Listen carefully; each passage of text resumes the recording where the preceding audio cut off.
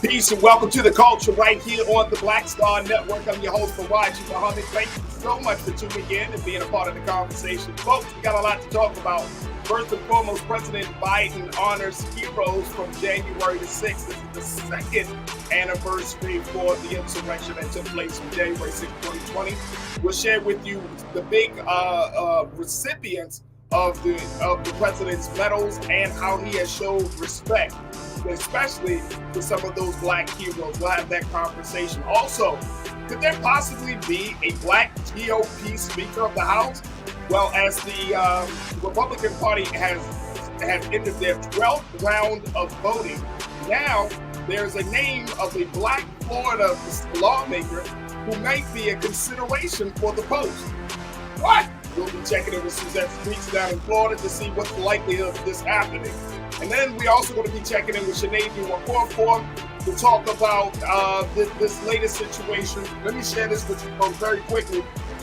If we're looking at the issue of, let me get this, check this out. If Ron DeSantis has now reached out to colleges and universities down in Florida to try to possibly target those schools and those staff and personnel who might be teaching CRT. We'll have that conversation as well. So stay with us. There's a lot to get to.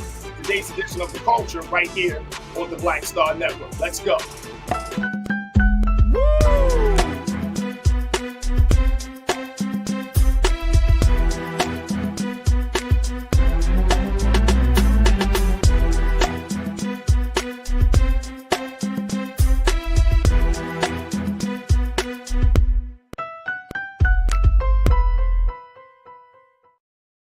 Folks, welcome to the culture here on the Black Star Network. I'm your host, Farajii.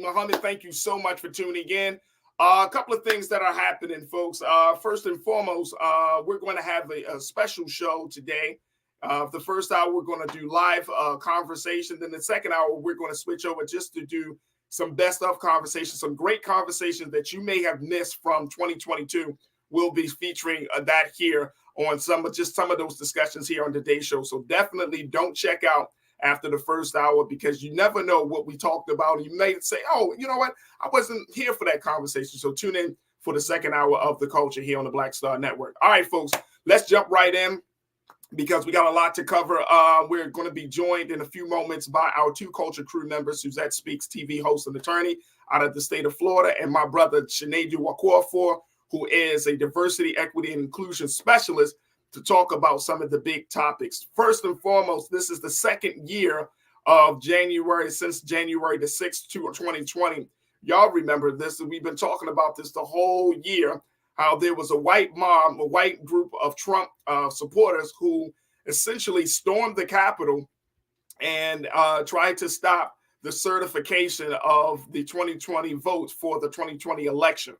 Now, since that time, of course, a whole wide range of things have happened, from everything from the January 6th committee to even hundreds of arrests of those individuals who participated in that insurrection attempt. Now, also the biggest things, of course, former President Donald Trump has been, it's been recommended by the January 6th committee that he is officially charged by the Department of Justice for his involvement for inciting that insurrection. Now, today, President Biden took the time to honor heroes of the January 6th storming of the Capitol. He honored 12 Americans. 4 out of those 12 Americans were Black. So let me just share with you very quickly who those individuals were and how the president decided to take time to honor them today. Then we're going to bring in Suzette Speaks and Sinead to get their take on it. But take a look at this. This is a report that our sister April Ryan had put out today, earlier this morning, about how the president decided to move forward in honoring those who decided to say enough was, who made sure that democracy still stays intact on January the 6th. The president said he delivered remarks and he honored some of those heroes on January the 6th insurrection on the second anniversary. The 12 honorees, 4 of whom are Black, will receive the Presidential Citizens Medal, one of the nation's highest civilian honors. The White House said that each recipient performed exemplary deeds of service for their country or their fellow citizens. Now, some of the citizens being honored include Capitol Police Officer Harry Dunn and Eugene Goodman, and mother-daughter duo Ruby Freeman and Shay Moss, who worked as Fulton County, Georgia election officials during the 2020 presidential election, and former Capitol Police Officer Brian Sicknick will be honored posthumously. I want to bring in Suzette. I want to bring in Shanadu to talk about this. This is the second year, and I want to get their take on how the president is moving forward and honoring, especially those Black folks who said that they were going to do their part to uphold democracy. Suzette, Shanadu, good to have y'all here on Friday. I'm really excited about today's conversation. Good to be here. Happy Friday, everybody. Happy Friday. This is not how you say Suzette. Happy Friday. Absolutely. Got to bring some joy. I got to bring some joy in this world. Let's talk about this. First and foremost, the president decided to honor 4 out of 12 Americans, 4 Black Americans during today's ceremony, Suzette. Why is this significant? You know, and I'm not saying it to be crazy, but I'm just saying, like, this is, we know what, like, Eugene Goodman, he was the security officer that kind of led the way, which was the craziest situation I probably ever seen on TV, where you got this mob of like white Trump supporters who were calling for people to be killed. And then this like Black officer, Capitol Police officer, is like, oh, y'all want to kill somebody? Follow me. Mm-hmm. And then it's like, he leads them. And I mean, I'm telling you, and when I first saw this video, Suzette, I said to myself, this man got the armor of God protecting him. Because we don't know how that situation could have played out. And I'm being dead ass serious. Like, I was like, they see him and they might automatically think, oh, okay, he's one of them. But nothing happened to him.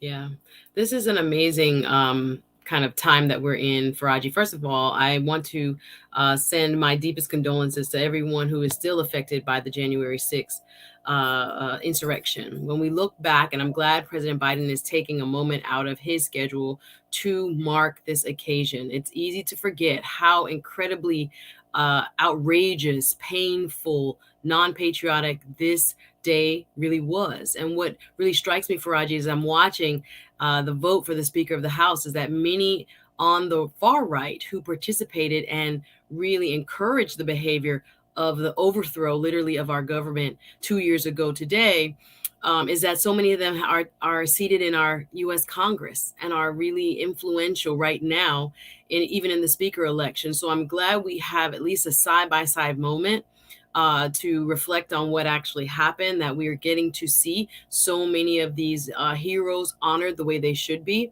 and that we never forget. We are still in the midst of having several hundred people prosecuted for their roles. And I think Merrick Garland and the Justice Department has said, be patient. We're using all of the means of the Justice Department. And of course, there are a lot of super sleuths that are watching these videos from 2 years ago that are helping law enforcement track down people so that they are held to account. But I think it's a wonderful way of remembering a really dark day, but at the same time, recognizing some of the unsung heroes of the day.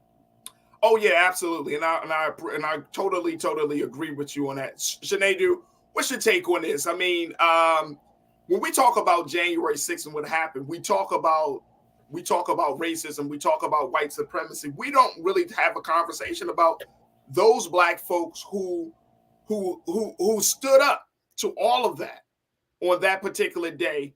And then in the case of like the mother and daughter duo down in Georgia, how they, I remember hearing their testimony from the January 6th committee, where they said they experienced so much harassment, death threats. I mean, they were attacked because of simply doing their job. So, can you give us some context as to why this is an important day for Black America just as much as it is for the rest of America?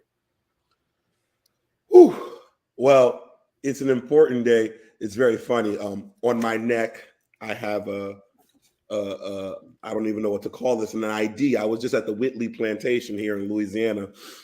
So it's which is another place where white people do crazy things. So it's a historical thing. But I'm going to leave that there. As it pertains to a good day in Black America, I would say so, because the Presidential Medal of Freedom, although it's an auspicious honor, I don't want us to get lost in the pomps and circumstance of giving those. Are you going to make sure that these folks have health care for the rest of their life, even if that they have mental health taken care of? I don't even know if these people will be able to go back to work. They won't. These people were attacked in their own country by their own countrymen. That could do a lot of psychological damage for these folks. And that's kind of where I'm at, right? This is a great thing to honor them. And America loves to honor people with these representations, these idols, these statues, these medals. But what does that do for these people in the fiduciary sense? Are they being well taken care of? And I think we get lost sometimes in the hoi polloi of the excitement of the honor. But that honor doesn't feed my family. That honor doesn't take care of the needs that I now have due to what happened on that very horrific day. So I think it's a kind of it's a mid-grade excitement, but what then? Do you give me this honor and now you feel like that is all that has to be done to represent what I and or those folks and their families, what they're going to go through forever? You know? No, and I think that brings up, a valid point around the situation, because it's like we do have a lot of conversation about, we do love the pomp and circumstance of things, but when it comes down to the substance, to the meat and potatoes, you're right. They should be taken care of. I mean, these were the ones that decided to put their lives on the line to do what we all have been encouraged to do, which is to fight for, quote unquote, our democracy. And so why shouldn't they be taken care of by the government? Why shouldn't they, receive some incentive or some level of benefit or even some level of protection because of their role in stopping, or at least, Suzette, quelling some of the issues, or quelling what could have been a much more fatal day. We can talk about the killing of Officer Sicknick, and we can certainly talk about the damage that were done to the other officers and who lived through that experience. But that was a really, really crazy day. I mean, I don't know what was more shocking to American history. I don't know whether it was 9/11. I was certainly around for that to see how that transpired, or this. And for me, it feels like January the 6th just carries a little bit more heavier. I don't know. Maybe it's heavy for 9/11 because you got 3,000 people that were killed in that situation, unfortunately. But I don't know. It's just when you think about those two attacks, it's mind blowing. And the craziest part about the January 6th piece is that it was done in-house. It was coordinated by a person who said that he is going to uphold the law, who sits in the seat of power by the former president. He was responsible for that. And it's just still hard to kind of wrap your minds around. Yeah, I think if I may jump in, Farajii, I look back at some of the film, and I just remember watching this unfold live. I don't know if you guys were watching TV when this happened, and how shocking it was in the moment. I know sometimes when time passes, we tend to kind of, it lessens the blow. But this was, in fact, a coup. We talk about coups in terms of other countries around the world, but we never expected in the United States, our very own citizenry, led by allegedly our former president, to be involved in a coup to try to stop the transfer of power as it occurs on January 6th. And again, many of those who may have played whatever type of role in this coup are sitting in the United States Congress right now, voting on the Speaker of the House.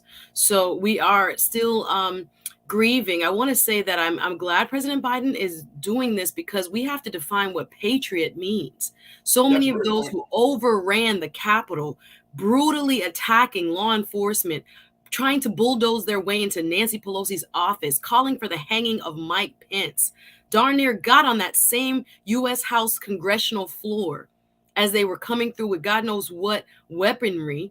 We have to remember how sick it was and how distorted it was in terms of what is really patriotism. So I'm glad President Biden is taking a moment to say, here are the real patriots.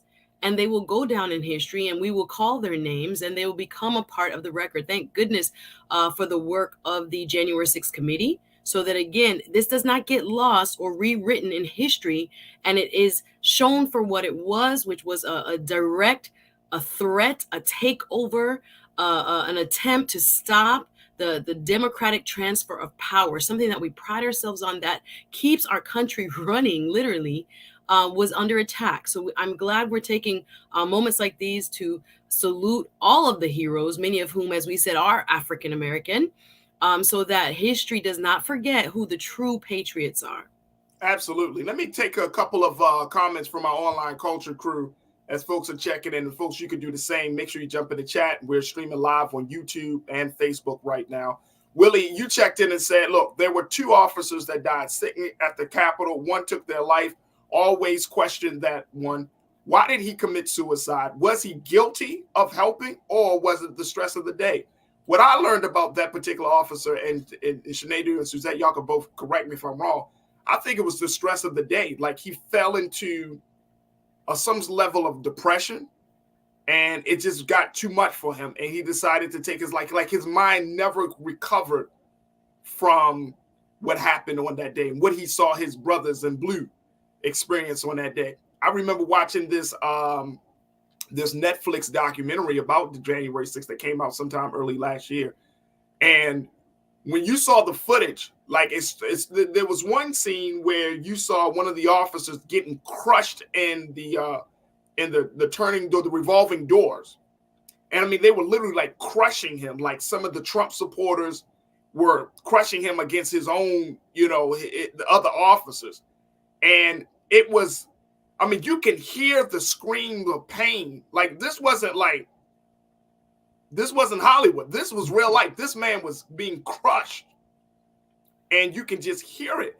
And I mean, you can just hear and then take a look at these images, folks. Like, we're not hearing what was actually being chanted, what was actually being said. And to your point, Suzette, these folks were calling for the death of public officials. Yeah.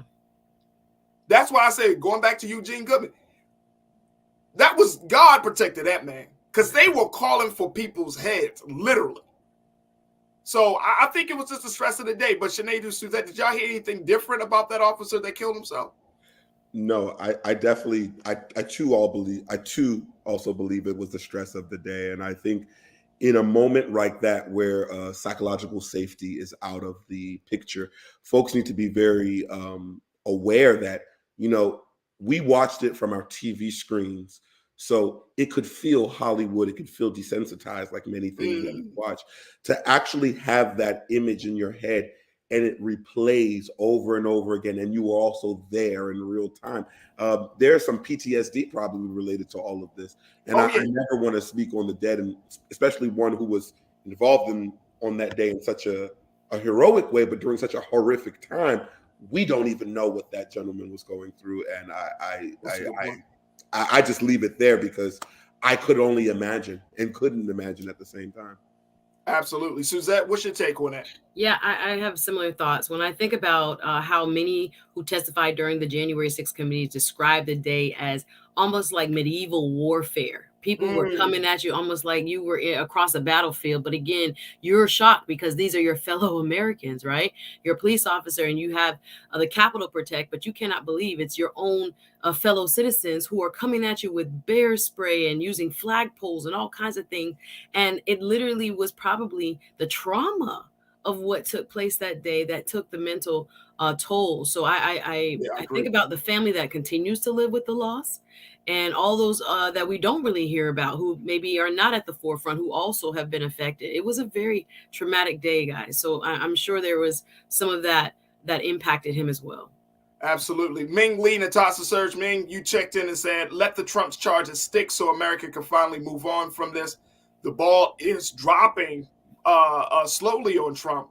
And 1 vote for speaker, and now charges that should have been charged last year. Yeah, it was interesting. I mean, Suzette and Sinead, like we know that the GOP had just finished another round of votes for Kevin McCarthy. This is the 12th round that they completed. McCarthy hasn't been voted yet. But one of the votes actually came for Trump. Someone has actually voted for President Trump.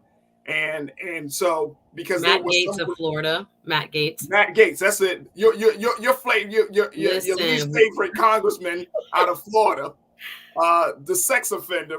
But people there's been like a rumor saying that if Trump didn't run for president, that he should be voted for the House Speaker. And it's a rumor, but Matt Gaetz decided to see if he could kind of get the ball pushed. But I think at this point, the GOP is kind of moving on from Trump. I really feel like they see after this midterm election, they saw the damage that he done. I mean, then it's not a moment of clarity. They definitely haven't gotten an epiphany, but they have.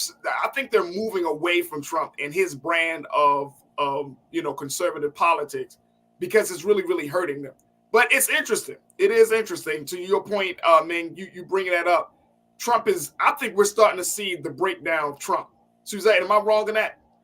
I don't know. I think you still think he's Teflon Don? I think there are people who are reading the tea leaves a little bit differently than us. There are people that are looking at it on the right, saying that if we only had more true MAGA people, we would have won the midterms, instead of saying this is a rejection of that type of so-called policy platform. So right. You have some that are pushing in the direction of Trump, saying that, when you are more moderate, or when you do not have these type of very hardline, far right, almost radical politicos, on the tickets, on the ballots, that people are not going to show up, people are not going to be responsive. So I think there's a secondary interpretation that many on the far right, again, who are wielding power right now as we speak, in the vote for the Speaker of the House, saying to the centrist, and again, Kevin McCarthy is not even really a centrist. He is actually a hardline conservative, but because there's so many people to his right, it seems like he's more moderate. But yeah, they're saying to them, no, more of Trump would actually help our party become more energized and hopefully win in 2024. So I think there are those who disagree with that, but the loudest of the Republican Party right now seem to still be on his bandwagon, in my opinion. Oh, yeah. Sinead Corinna checked in and said, look, I wish the president of the United States had the skill of tying it all together. Damn. She said this real-time civics lessons demonstrates the GOP's lack of capacity to govern effectively and is a magnifying glass to their agenda. What's your take on that, Sinead? I'm trying to take it. I'm trying to take that. That was a. that was. Look, man. It is from Corinna, so I'm not expecting nothing less. Corinna always got to drop something heavy. Listen, I think we all have to be very, very careful. I think, as I've said before, I think the GOP is not done with Trump. No, they're done with Donald Trump, but they're not done with Trump-isms. I mean, look at the surrogates that he still has in there that are spewing the rhetoric. And what's scary is, Trump wasn't that smart, but the folks who he have, who are still in there are actually well educated. Hey, let me ask you, because we're going to have to take a quick pause. But how can a person so smart be so dumb? That's America. So there's an island saying that it's better to be lucky than good sometimes. I'm just saying. Okay. Okay. I got some other thoughts, but this is a family. No, we got to break. We got to take a pause. But I always wonder that. How can you be so smart yet so dumb?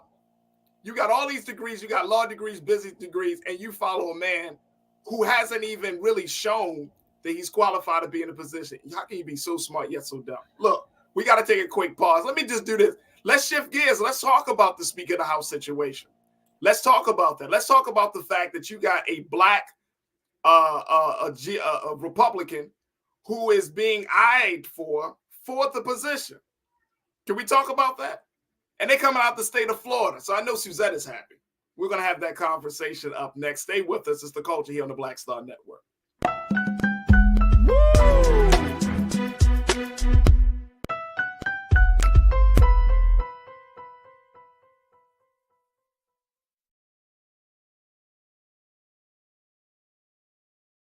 Black Star Network is here. Oh, no punch! I'm real revolutionary right now. Thank you for being the voice of Black America. All momentum we have now, we have to keep this going. The video looks phenomenal. See, this difference between Black Star Network and black-owned media and something like CNN. You can't be black-owned media and be scared. It's time to be smart. Bring your eyeballs home. You dig? When you talk about blackness and what happens in black culture, we're about covering these things that matter to us, speaking to our issues and concerns. This is a genuine people-powered movement. There's a lot of stuff that we're not getting. You get it, and you spread the word. We wish to plead our own cause. Too long have others spoken for us. We cannot tell our own story if we can't pay for it. This is about covering us. Invest in black-owned media. Your dollars matter. We don't have to keep asking them to cover our stuff. So please support us in what we do, folks. We want to hit 2,000 people, $50 this month, raise $100,000. We're behind 100,000, so we want to hit that. Y'all money makes this possible. Checks and money orders go to P.O. Box 57196, Washington, D.C. 20037-0196. The Cash App is $RM Unfiltered. PayPal is R Martin Unfiltered. Venmo is RM Unfiltered. Zelle is roland@rolandsmartin.com.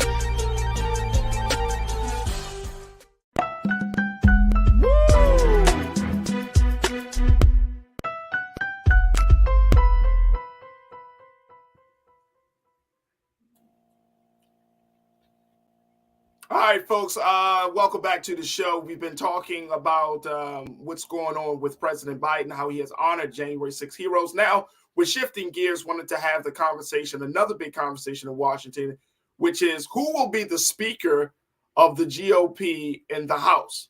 Who is going to be that person? As we know, there has been many, many rounds of voting for Kevin McCarthy, who has not yet secured the leadership post. Now, the word is they just adjourned until 10 o'clock p.m. Eastern Standard Time today. So that's another round of voting where Kevin McCarthy has not been chosen. But there is another name that is coming up in the conversation as a possible alternative. And this is the name out of Florida. He's a congressman. And I had to talk about this guy, especially because I got Suzette on the panel. A black GOP representative by the name of this guy here. It's hard to talk about this guy. Byron Donalds. There we go. Byron Donalds. Yes. There he is, folks.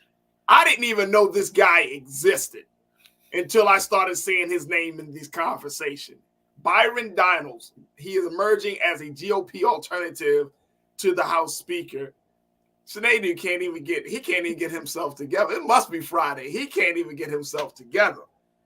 Republicans are trying to figure out if this is the guy that they should go to as a potential Speaker of the House outside of Kevin McCarthy. Now, here's the word coming from U.S. News and World Report. During 3 rounds of balloting Wednesday, he received 20 votes to McCarthy's 201, enough to keep McCarthy short of the 218 needed to win the speakership in a full House. On Tuesday, Republicans opposing McCarthy nominated a slew of candidates, including Representative Andy Biggs of Arizona, Representative Jim Jordan of Ohio, and even former Representative Lee Zeldin of New York. Donalds joined the insurgent Republicans on the final vote Tuesday, switching his vote from McCarthy to Jordan. So he's looking to put Jim Jordan into it. Here's the other part about this, folks. Let's go to quote number 2 from this. This is interesting. Representative Chip Roy of Texas was the sole member to vote for Byron Donalds for Speaker on Tuesday before subsequently supporting Jordan. In his Wednesday speech nominating Donalds, Representative Chip Roy said the sophomore represented a move towards something different, both for Washington and the Republican Party.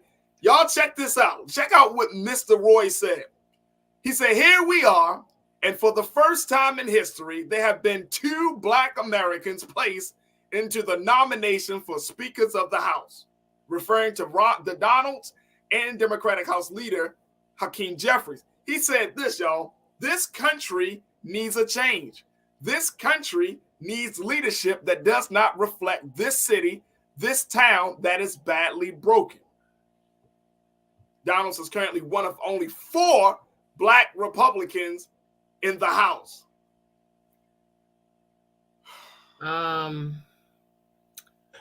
We didn't mention Frederick Douglass, did they? Did they bring up Frederick Douglass? And Abraham Lincoln being Republican, did they bring that up? Did they? Because okay, all right. I can't wait to hear from Sinead, but I needed to start this off with Suzette because she's down in Florida. Good old Florida. You know you have to be in the Byron Donald, excuse me. Like now, based on the notes, based on what I've learned about this gentleman, Mr. Donalds, he's 44. He was elected to his second term in November. Yeah. He represents Florida's 19th district in the state's southwest region. He won a 9-way GOP primary and defeated his Democratic opponent to succeed, retiring Republican Representative Francis Rooney. He's actually from Brooklyn. Yeah, born in Brooklyn. Down here, yep. He came down there for school, right? Yeah, went to FAMU, but graduated from FSU. Yeah, he's an interesting figure, and again, has never been in leadership. He has run in the U.S. House for leadership posts, was not elected there, so I'm not sure why all of a sudden the interest or the vote of confidence. Again, I love to see a brother rise through the ranks, but I do think this was an interesting nomination that tried to play up a racial component. That, you know, Hakeem Jeffries was the first Black person to be nominated as Speaker, African-American man, also out of New York and Brooklyn. And I think the Republicans have been kind of trying to utilize Mr. Donalds in a way that is probably not beneficial, or is not as beneficial as they think. In terms of optics, they are hoping that it plays up, I guess, in the court of public opinion to the American people that, oh, they have Black people too. There happen to be 4 members of the U.S. House that are Black and Republican. But again, in terms of his experience, I'm not sure if he has the chops. Are they doing this futilely to just try to prevent Mr. McCarthy from getting to the speakership, or do they really believe in Mr. Donalds? And I think it might be the former. I looked at his resume. We have to remember, Farajii, these people that we're calling the House Freedom Caucus were prior known as the Tea Party. So we have kind of lost that branding. It sounds a lot better, a little bit more patriotic again. But Mr. Donalds came to prominence during the Tea Party movement. He was first in the Florida State House of Representatives before being elected to Congress. So we have to understand his roots. Again, I'm applauding any Black person that is, you know, pushing towards, you know, the halls of leadership. But again, what are his policies, and do we really want that? So again, this is not a bait and switch. I'm sorry. He is being kind of bandied about, I think, for the wrong reasons. So he's a prop. He's a face. He's a face. Yes. He's a face. Yes. All right. So let's go to my man Sinead, because Sinead on the other element of this conversation. And I appreciate you, Suzette, for kind of giving us that on the ground analysis of who he is. But Chip Roy said that there needs to be a change. So, because I think a lot of times the conversation has been that white GOP members don't realize, you know, they kind of want to stay in their whiteness. But Chip Roy saying, look, things are changing. This country is changing. The attitudes toward Black folks, Black men are changing. So we need to kind of go with this wave, ride this wave. In the space of when you're talking about diversity and equity and inclusion, I mean, this type of putting someone out there like that, this could be like a double-edged sword, I'm thinking, Sinead. You know what I mean? Especially for Black folks that are seeking to change, right? I mean, we're not all happy with the Democratic Party. Now you got this young Black man coming from Florida. He went to FAMU, which is HBCU. And now he's a Black Republican. I mean, bro, this I'm not saying he's going to get Speaker of the House, but if he keeps on this trajectory, I think he could bring some folks over. Am I kind of going too far down the line, Sinead? You are categorically incorrect. Let me tell you. I feel like white people, if they could, they would repackage kente cloth and sell it to us. Let me tell you something. We've seen this before. Do y'all remember when a young Black Democratic senator was running for president, and all of a sudden a Black Herman Cain was as well? This is an old Republican playbook thing. Look, we have one too. That's all that it is. I don't think this gentleman, and I'm not saying that a Black person in the Republican Party couldn't do well. I just don't think he's that guy. I think it's a mistake that they are utilizing him, because I think they're only utilizing him as a blackface and a prop, and clearly he doesn't see it. Probably joining his colleague. What's the gentleman's name from South Carolina? I can't even think of his name. Tim Scott. I think, yes. Tim Scott. Tim Scott, yes. Just in the sunken place. What I think is going on right now is a deep manipulation of our senses, because this is not diversity, equity, or inclusion. This is just placating. You're putting a face there, because if not, you're bringing him up on the 9th hour. You're not talking about him any other time. But all of a sudden, if there's another Black man up there, so it's like, yes, let's show our Blacks too. We're down. We're down with, He said, let's show our because that's exactly what it's eliciting. And I have Blacks over here, guys. We have Blacks. We have Blacks too. And I would like to think the best for the GOP. I would, but it's just the way that this is done. It's very disingenuous. Well, I mean, obviously, but here's the thing. This is always what I thought is interesting about figures like Tim Scott or now Byron Donalds and any other, Herman Cain. It's like they don't care that they're being kind of paraded out to the front, you know what I mean? Or they're being used. And it's like, how do you go to sleep at night? How do you reconcile that in your mind? And I'm wondering, Suzette, in the 19th district down in Southwest Florida, are there Black people that are like, hey, yo, bro, what's going on? What's up with all of that? Are there Black folks that are checking him and say, bro, I thought, like, is that happening?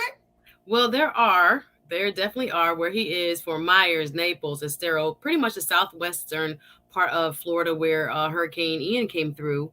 However, it's a heavily retiree population as well in Naples and the surrounding areas. So he is going to be, I think, looking to what his constituency and constituents feel when he's making these type of moves. Sometimes, again, your fundraising goes up when you are being nominated for this, position, when no one across the country knew your name before, 2 days ago. All of a sudden it's like, oh, wow, he's interesting. So this comes with some perks on, I think, an individual level when it comes to his own district. And I do think sometimes the Republicans, we forget how disciplined they are when it comes to playing team ball. Even though it might be an affront, they look at it as far as the, across the board and the long view. This will benefit our end goal, right? The team goal. So if he feels like he was kind of, buttering up to the radical right, and that will help him in his district, then okay, he's going to, get his 5 minutes of fame, and it might help him with fundraising and maybe with reelection. But I'm not sure if it was something that he perhaps saw as realistic or that he maybe even wanted. But I think there are times where, unfortunately, you're put in a position because of your party to, stand up and be utilized in this way, whether you like to or not. Right. And, I love my culture crew, my online culture crew. They giving me the scoop because I can't watch it all the time. So Corinna and others, Damon, Ming, everybody's saying that man was damn near crying. He was crying. It's a tough position to be in. People are telling you go, and you don't want to. I mean, I think, Corinna, you said that he voted for Kevin McCarthy today. Man, he flip-flopping like a pair of sandals in the sand, baby. Like he is. Well, they converted him. It's a 13th vote. We are now seeing the end of the 13th vote for Speaker of the House. Again, hasn't been seen in over 100 years, especially this many rounds. Actually, it dates back to more like the Civil War era, when it took this many times to come to a consensus. When you are running stuff, I just want people to realize how much of a harbinger this is to what it's going to be like for the next 2 years, where the GOP is being held hostage by a far-right small contingent, only about 20 members in a House of 435, so that they're getting rule changes, all kinds of concessions up front that allows them more power to me than what the Speaker will have if Mr. McCarthy is ever elected. So we got to be very careful. We have the debt ceiling coming up. That's the budget for the country, and it has to be increased by the House. And if they can hold the Speaker vote hostage for how many days and how many votes, what's going to happen when real legislation has to come forward and it's time to govern? This, I think, is a really dark omen for what it's going to be like under Republican control for the next couple of years. Oh my gosh, Suzette, your words may come back to haunt us, folks. We got to take our final pause. When we come forward, let's talk about. We're going to stay in the state of Florida. How Governor Ron DeSantis is targeting officials and staff members and even educators who are teaching CRT. Yeah, he said this at his inauguration. He's going for it all, y'all.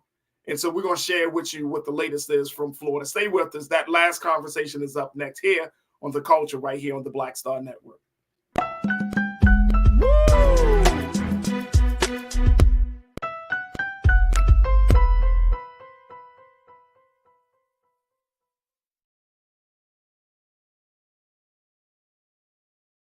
I'm Deborah Owens, America's Wealth Coach, and my new show, Get Wealthy, focuses on the things that your financial advisor and bank isn't telling you, but you absolutely need to know.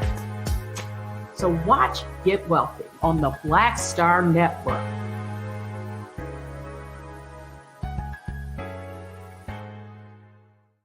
Black Star Network is here. I'm real revolutionary right now. Thank you for being the voice of Black America. All momentum we have now, we have to keep this going. The video looks phenomenal. See, there's a difference between Black Star Network and black-owned media and something like CNN. You can't be black-owned media and be scared. It's time to be smart. Bring your eyeballs home. You dig?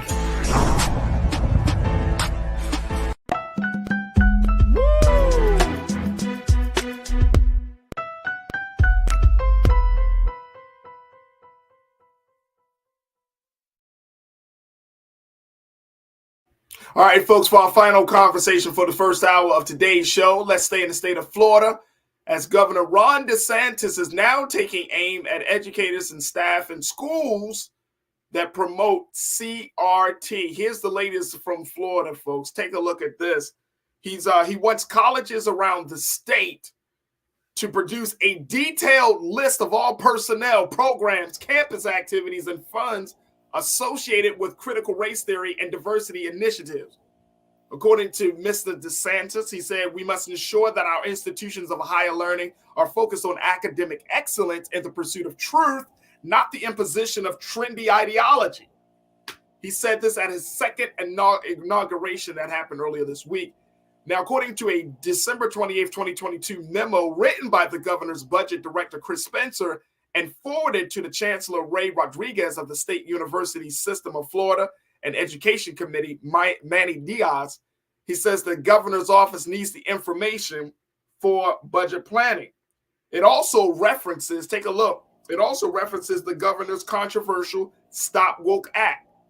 Universities that disobey the law's prohibition against teaching that someone is inherently racist, sexist, or oppressive because of their gender or ethnicity, whether knowingly or unintentionally, risk losing state support. Let's bring back Sinead. Let's bring back Suzette. Sinead, what is this? So the governor gets inaugurated, and then at his inauguration say, hey, everybody, hey, he clicks the glass. Hey, everybody, ding, ding, ding, ding, ding. I just got an announcement. Anybody that's teaching about the truth about white people and the history of this country, I'm coming for your ass. Hey, y'all can go back to dinner now. Thank you for voting for me. Farajii, can I provide a little bit of context here? No, we don't need no context. I just have to, because what is very interesting is about how the Florida legislature and our Constitution works here, right? So the only thing that's required of the Florida House and the Florida Senate is that they pass a budget every year. And one of the most powerful tools that a governor has, and that Ron DeSantis has, is what is called the line item veto, which is once this budget is passed, it goes to the governor's desk, and he and his staff comb through that budget line by line. So what he has done here is done an all call. Let me find out about all these programs that we are funding with state dollars. And if it comes up in the budget this coming spring, I'll be able to identify them rather quickly and strike through each of those programs that I think should not be included in this budget. So this is a very dangerous mechanism he's using on top of what he already has with the power that the state has enforced with the Stop Woke Act. I'm glad you brought that up. And I'm glad that you used that term dangerous, because this is political retribution at its best, right? Where we're seeing a high-powered, a very powerful state leader deciding to use his bully pulpit to go against something that he personally thinks is wrong. Not that's quote unquote may not be in the best interest of the people, but he personally has an issue with. And Shanadu, I want you to give us some context. If the governor is moving unilaterally in this direction, what does the conversation around diversity and equity and inclusion look like, especially in these institutions that are already being scrutinized because of either their involvement in the transatlantic slave trade or their hiring practices or their enrollment practices? This puts those institutions, those personnel, those programs in a very, very tight spot. I think our president needs to get the South under control, because they're showing very much secessionist vibes yet again. It's very, again, like I said, I was just at the Whitley plantation here in Louisiana. It's very scary on what I'm seeing, because when you're denying the history of something existing, especially in this day, we live in the day of algorithms and Google, where what shows up first is the truth. And when we try to diminish facts and information of what has happened, not only does it take away from your diversity, it leaves room for inclusion, where now inclusion becomes an option rather than something that is needed. I think what Ron DeSantis is doing, and he's not alone, is very dangerous, because if at all he is successful, Greg Abbott, the Kemp will all be behind them in their states doing the same thing. And that's crazy. And I think there should not be, the issue that I have with what he is doing and what the Republicans are doing is that they're weaponizing a good thing, like the word book or whatever. CRT is literally just talking about history. Do y'all want us to say it in another way? We're just talking about history, more or less, history in which your ancestors propagated. Now, if you have an issue with what has taken place and what is said in the history, then you go to your altar and you repent to whoever you believe in on what your people have done. But what he is doing is, I think it's actually illegal. I don't even know if the Department of Education, if they will allow him to go forward and do some of these things that he is doing with these institutions. And Suzette may be able to give us I can jump in. Mm-hmm. Yeah, please. But I think this is illegal. And I think that is the point.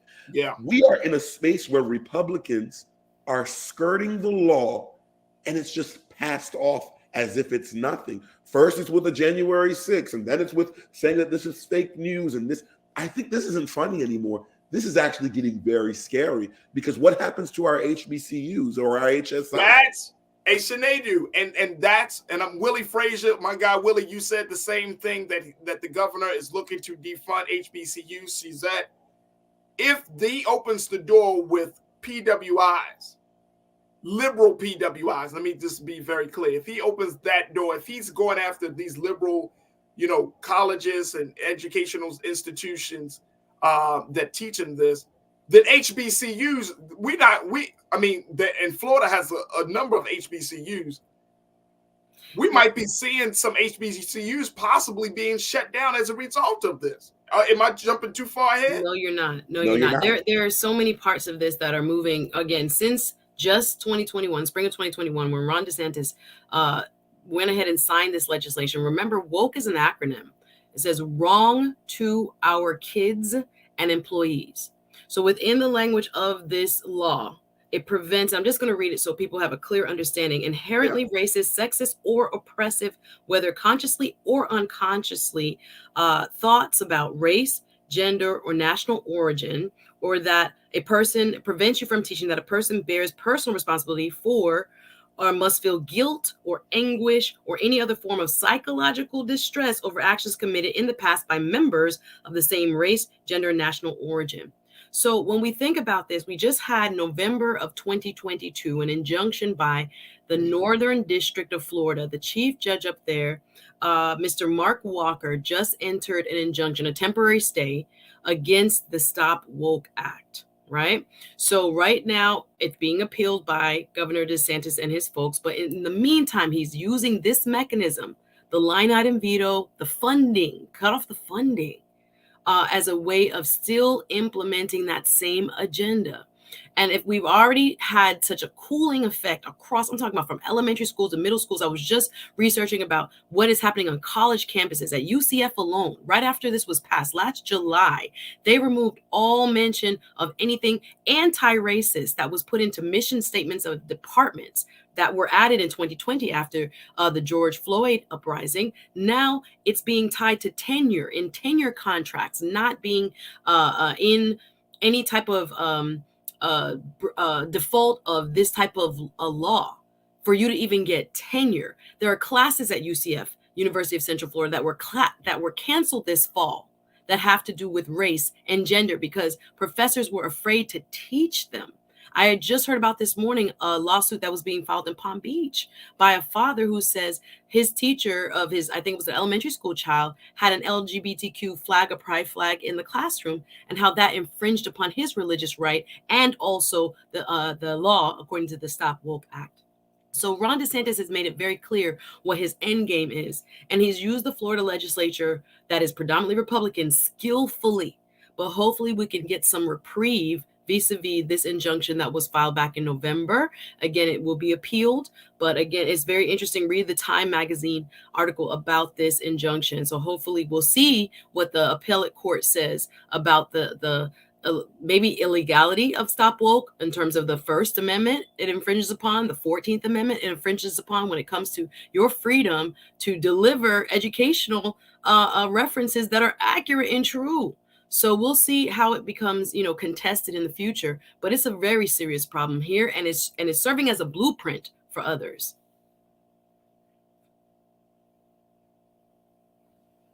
Think you on mute, brother. Okay, there we go.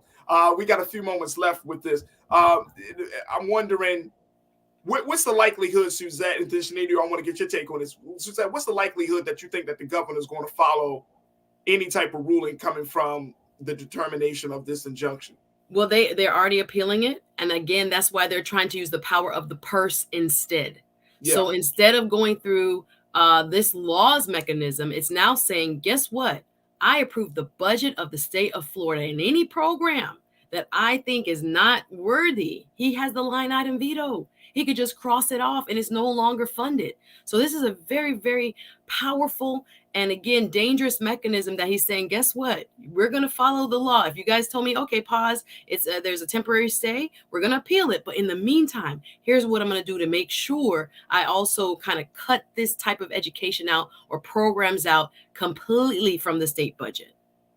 Sinead, this is like you mentioned, this is dangerous. This is going down a very, very slippery slope. What reprieve do Black folks and marginalized communities in the state of Florida have at this point?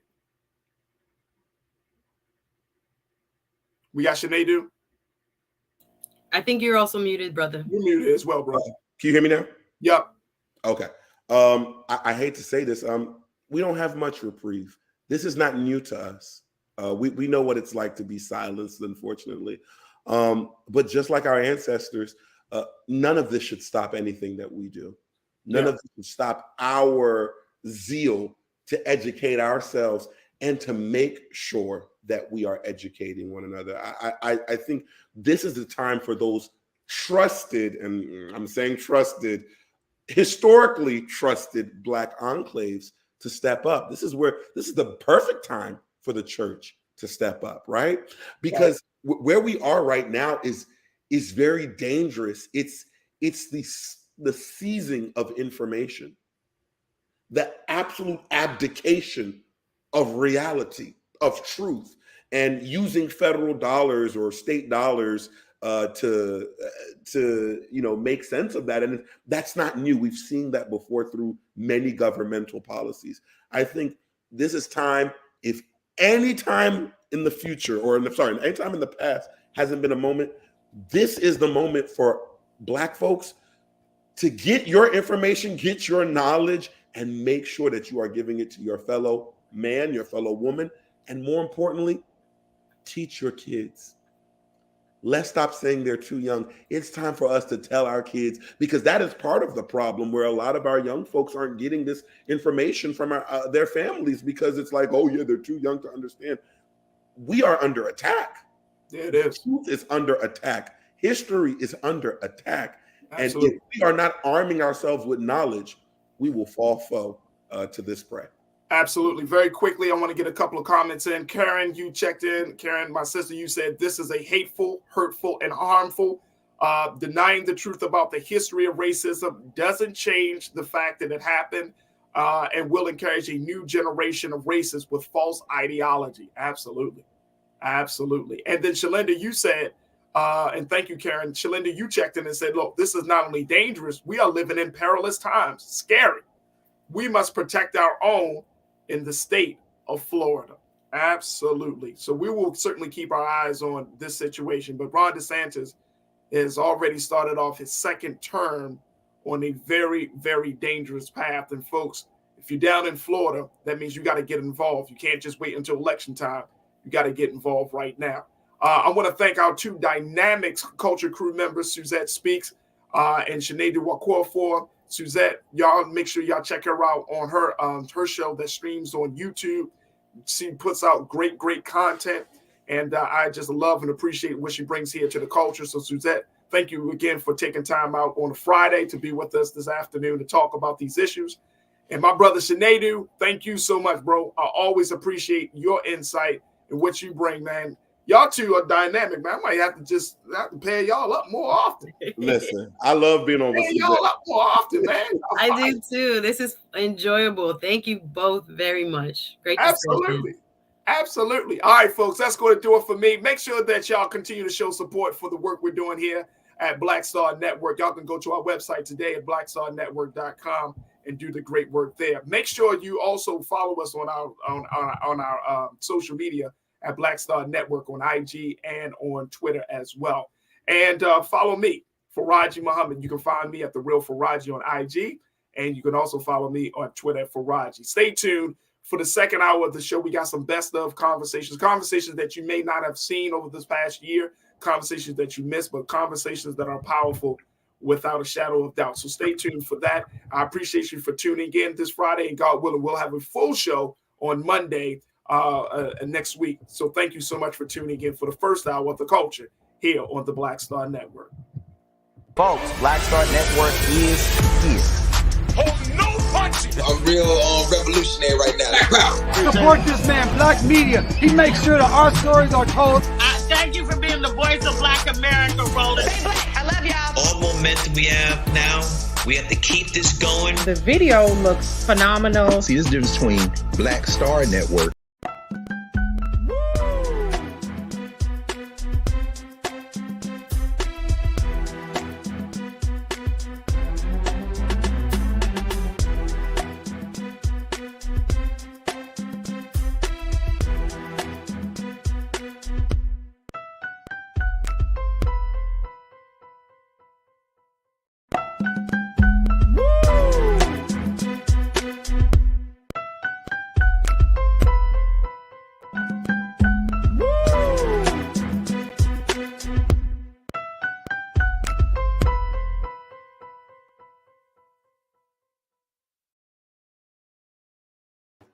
All right, folks, our final conversation continues in the same vein of health and wellness. And while we can talk about healthcare coverage, there are still some things that you can do, you and I can do, to make sure that we are still living our best, holistic, healthy lives. And so my next guest, Robert Brace, who is an expert, who is a fitness expert, to talk to us a little bit about how do we start to make better choices and make different decisions about our health. Now, we all know as adults and those who are tuning in, you have children, we all understand the importance of it. But the biggest challenge that I think that for a lot of people, including myself, is staying committed to the promise that you want to live a healthy, holistic life. And so Robert here is going to give us some insight about how to do so. So Robert, welcome to The Culture here on the Black Star Network. How are you this afternoon, sir? Hey, I'm doing good. Thanks for having me. Appreciate it. Good to be here with you. Yes, sir, brother. Yes, sir. All right. So Robert, let's talk a little bit about,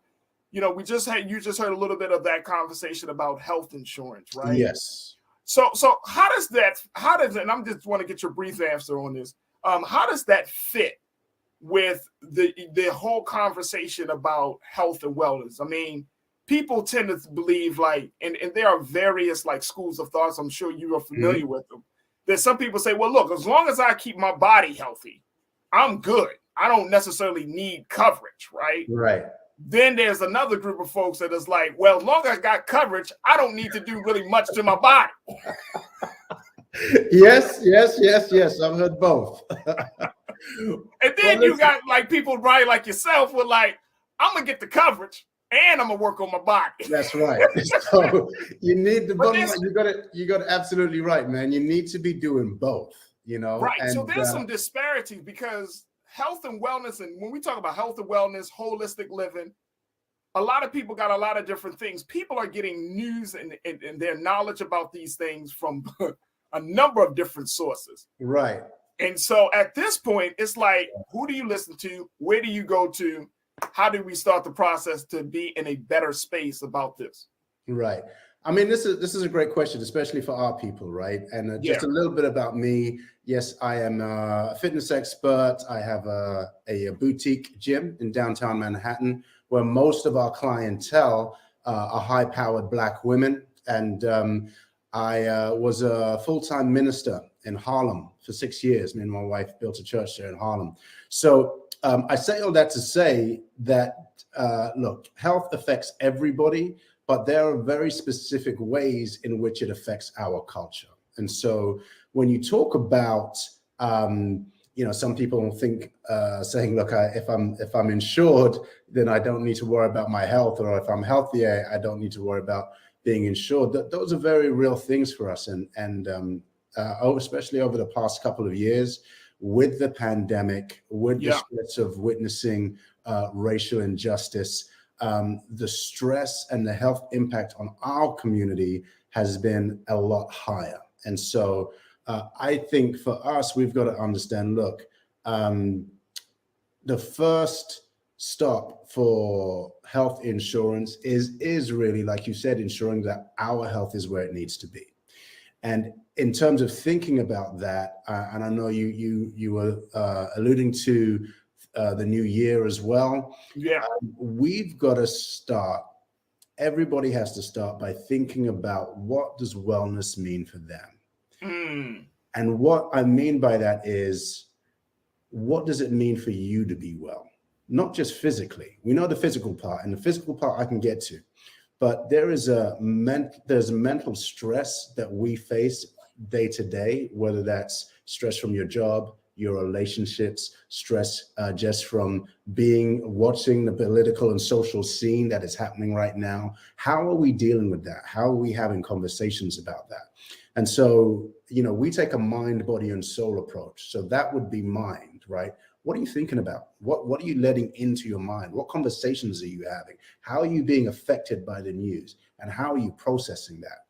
And then the physical body, but also the soul. And when I talk about soul, obviously there's the spiritual, ethereal soul, but I'm talking about soul level qualities. Like, do you have love in your life? Do you have peace in your life? Do you have a sense of purpose in your life? And having those as well, there is science that has proven that if you have a purpose, if you have a community around you, if you have a sense of peace, that can stave off many different illnesses and even medical conditions. So you've got to have a balance of all three.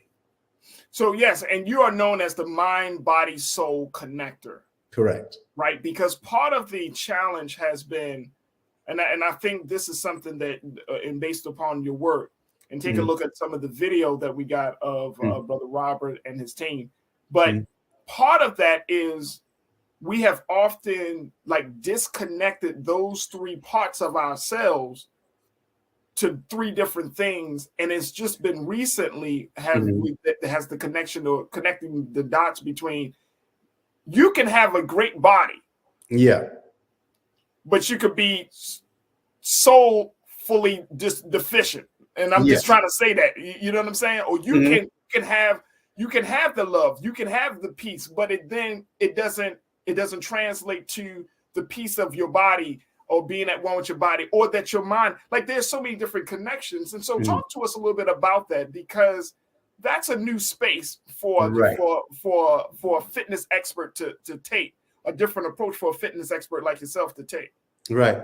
Well, I think there's a couple of ways to look at it. The easiest way that I describe it to people so people make an immediate connection is have you ever been hangry, right? So when you said hangry?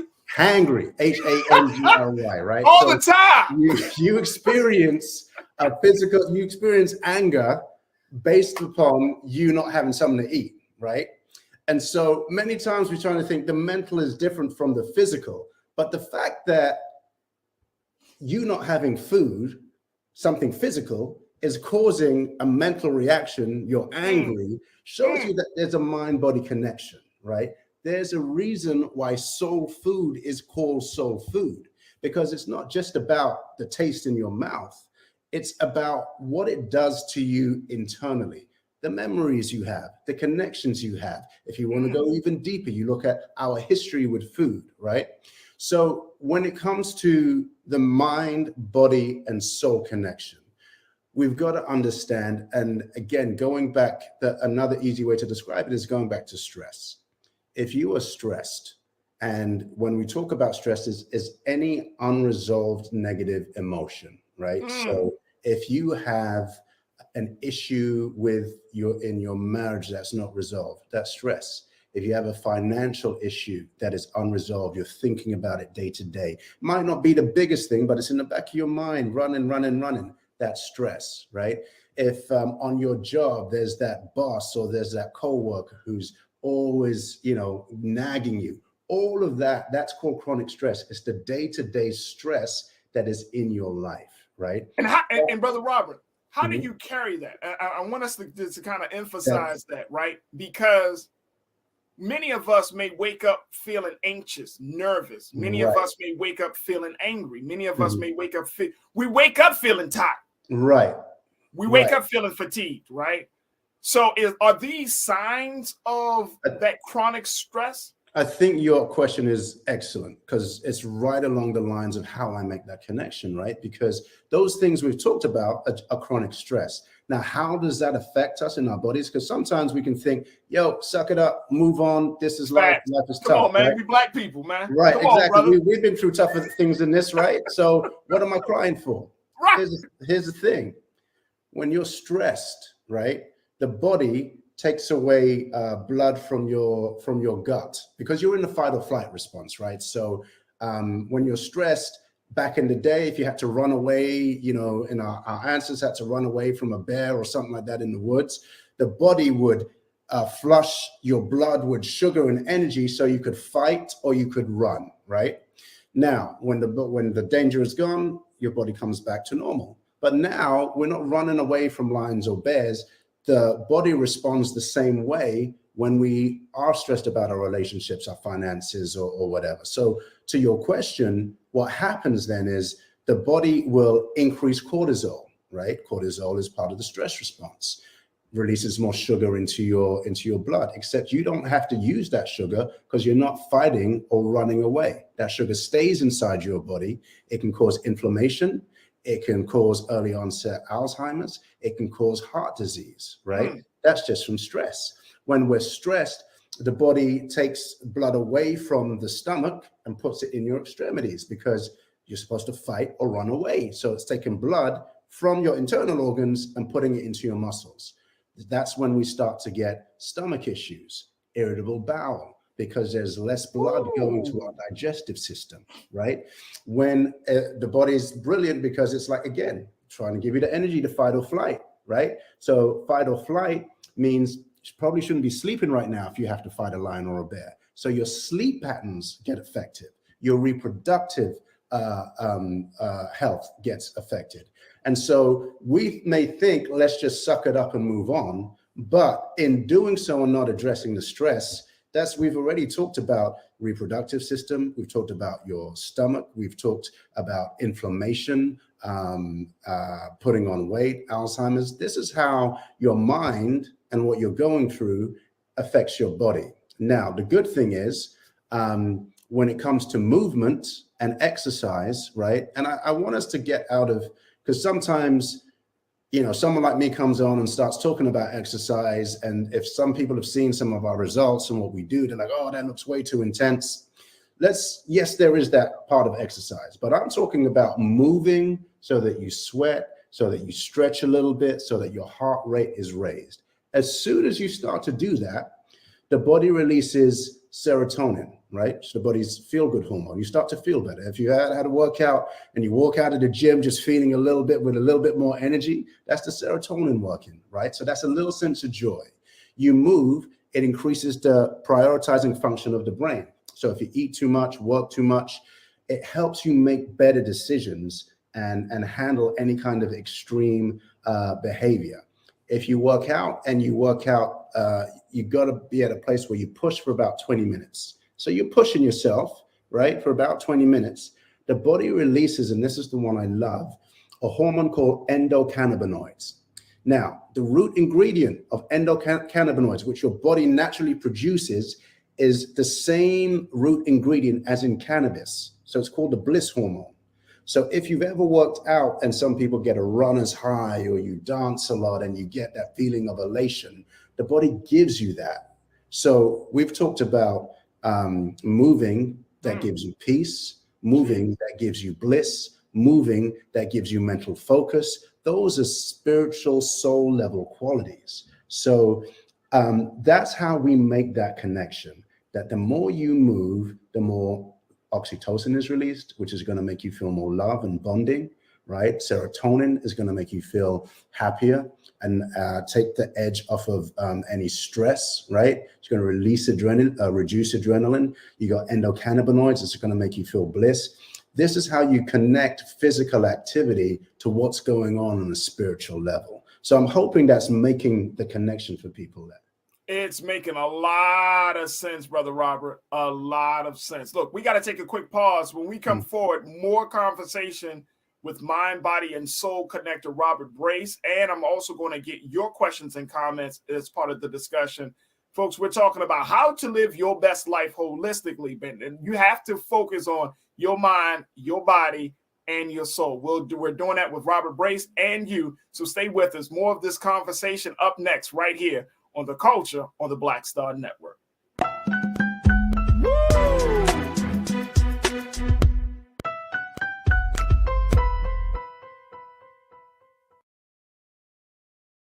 Hi, I'm Dr. Jackie Hood Martin, and I have a question for you. Ever feel as if your life is teetering and the weight and pressure of the world is consistently on your shoulders? Well, let me tell you, living a balanced life isn't easy. Join me each Tuesday on Black Star Network for A Balanced Life with Dr. Jackie.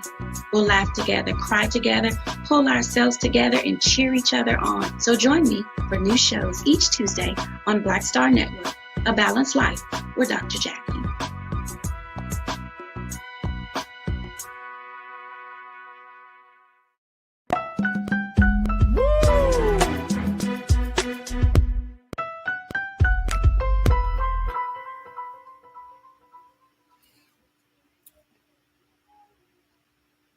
All right, folks, we've been having a conversation here about how to live your best life holistically, and we've been talking to mind, body, soul, connecting fitness expert, Mr. Robert Brace. Brother Robert, again, thank you so much for your time. You dropping some jewels, brother. You're dropping some jewels and making the connect. I'm serious, you know, because as I'm listening to you, I'm like, damn, man, like, you know, so much is on our minds nowadays, right? And so this type of understanding, it empowers you. Like first you become very critical of yourself, like, damn, I should be doing more for myself. I should be doing more for my health. But then once you get past that, you start to feel empowered. Like, at least I have the information, the knowledge, starting with some starting knowledge. Right. So let's just focus on that for the final few moments where we're together, Brother Robert. You know, what would you recommend for people to start living a little bit better, especially we're coming around the holiday season, and this can be, depending on your experience, the holidays can be full of joy or can be full of anxiety and pain. Yeah. So how do we start to implement some of these ideas? Okay, I think because we've got a little bit of time, I want to give your audience the best possible nugget that they can take away. Please, especially because you just hit on something that happens a lot. We hear this information and we can kind of, like you said, get down on ourselves, critical. I should have been doing this. Why haven't I done it up until now? And look, you know, partly my industry, the fitness industry, has done that, right? Has made people get into fitness because of what they don't like about themselves rather than what they love about themselves, right? You know what I mean? And you think about it, it's you look, it's you know, you got to fix, improve, reshape, right? All of these things, right? Anti-wrinkle, anti-cellulite, anti-aging, basically anti-you, right? But what we've got to do is connect. Look, we've got to connect with the fact that we were made from divine love to be divinely loved and to give divine love, right? And every single person here, if every single person connects with the reason why, if you connect with your own reason why, then it's going to make the action much easier, right? Don't take somebody else's reason why. Don't take the fitness's reason why with the images on magazines that look nothing like you, right? You got to figure out your own reason. And this is what I mean. In every single one of your viewers right now, there is a sense of goodness. They have been somewhere, done something, helped somebody, right? And there are people who are grateful for them just because of who they are. And every one of your listeners, there is a sense of greatness, whether it's they have this talent, this gift that they do better than anyone else, that they give back to their community. It doesn't have to be this huge thing. It could be just that you are that person that everybody talks to. You are the person who always brings the food when somebody needs it, right? You have a gift, right? So you have a goodness in your nature, a giving spirit in your nature. And sometimes we sacrifice, we go over and above to give to others. So that's a giving spirit, a good spirit, a great spirit, and a giving spirit. The world needs to see more of that from all of our listeners. And that is why we take care of the temple that houses our spirit, so that more of that goodness, more of that greatness, and more of that giving spirit can be manifest. Because you can't do it if your body is not healthy. And your body is the vehicle through which you are going to make your biggest contribution in the world, and through which you are going to accomplish your purpose. And so, you know, you've heard the phrase, the body is a temple, right? Right. When you think about a temple, when the ancients built a temple, they built it, and whatever religious background you're from, they built the temple to express the greatness of the divinity that lived inside it, right? Right. Even though they knew that they could never quite match the divinity that lived inside it. Every single person has a divinity. That word in the Hebrew is kavod. We all have a kavod, a weight of our worth, right? A weight of who we are as a human being, right? And so our job is to take care of the temple that houses that spirit, right? And lives up to the power, the depth, the greatness within each and every single one of us. Now, if each of us built our personal temple to match the greatness of the spirit that's within it, how great would our communities be? Come on, brother. How healthy would our communities be? Would we need a New Year's resolution? No, we wouldn't, because we would already know within our spirit it's worth getting the extra rest, eating a healthy meal, going for a walk, taking a workout, because we're not working out to meet some image in some magazine that's been photoshopped by somebody who doesn't look like us. We're moving to match the divinity of the spirit within us. And that is how you have a personal revolution and a cultural revolution within our communities. Hey, Brother Robert, yep. That's a whole different motivation, brother. That's it. That's a whole different motivation. It's not to be, some people get motivated because of social media. Some people get motivated because they want to attract the opposite sex, right? Mm-hmm. Some people get motivated for personal reasons, but it is a whole different motivation when you say, how do I match my physical body to the divine spirit that's within me? Correct. How do I reflect that? If this body is my temple, which it is, mm-hmm. and I look at fitness as the pathway to bring me into a level of consistency, a personal consistency with the spirit that I have. So my love for the creator, my love for the prophets and messengers, my love for the word, my love for the spirit. All of that needs to match the temple that all of that is housed. Come on, brother. Come on, man. You're taking me to church and to the gym at the same time, Brad. That's what this is about. You know what I'm saying? We can't. I don't know how to process this information, Brother Robin. I don't know if you're my pastor, you're my fitness. But it's all in one, right? That's what I'm saying. It's all one. The body is a divinely created being. Again, it doesn't matter what faith tradition you are from, right? Right. It's divinely created, and so and our spirit lives within that. And listen, man, if you want to take it onto another level, come on, we got a few moments left. If you Go ahead. think about how much Black people have had to overcome just to be here today, just to be positive, just to get up and have a positive, faithful attitude, you think about the power of that spirit and where we are today as a people and where we're going. And if you think about how big, powerful, resilient, loving that spirit is, and then you decide to match health and physicality to that, how powerful could we be? Stress is killing us because we're not taught or we don't see how to make this connection. Many of us know people in our family who have diabetes, who have heart issues, who have arthritis, right? Who have stress. But because of the way our community has in a lot of ways been forced to handle stress, we don't deal with it, right? Think about if we matched our physical and our efforts to be healthy to the power and the greatness of the Black spirit en masse. We would be unstoppable, and we would take care of our health. And the end result of that is, you might get a slimmer waist and some six-pack abs, right? But that's the end result. You know what I'm saying? So nothing wrong with edifying your spirit and getting a nice little six-pack in the mix. You know what I'm saying? So you can get it all.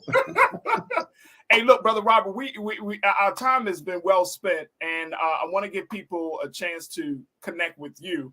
Okay. On social media, website. So talk to us about the work that you're doing, how they can find you, dear brother. Okay, so the most simple way is on Instagram at Robert Brace. That's my name, at Robert Brace, BRACE. But you can get free resources right away, right? At thebracelife.com, thebracelife.com. You can get free resources there. And I want to give this away now. My team just put it together. And if you enter your email here, you can get a whole mind, body, soul. It's like 60 pages, mind, body, soul workbook, right? Yeah, you put your information in there and you get 14 days free. And it's workouts, meditation, it's mindful stuff. But the other one is thebracelife.com, and then you put spirit-led-body, spirit-led-body after thebracelife.com, and you will get, just put your information in there, and my team will send you, this workbook that talks about the physical. It talks about finding your eating relationship. It talks about how to change, how to create a new physical wellness identity for you. There's a whole bunch of good stuff. So that's the biggest gift I can give you. There it is, the biggest gift right there. All right, Brother Robert, I want to say I would love to bring you back on, dear brother. I need to bring you back on as we continue these conversations. There it is, folks. The Brace Life Spirit-Led Body Unlock the biblical secrets to a dramatic mind, body, and soul transformation in 28 days, folks.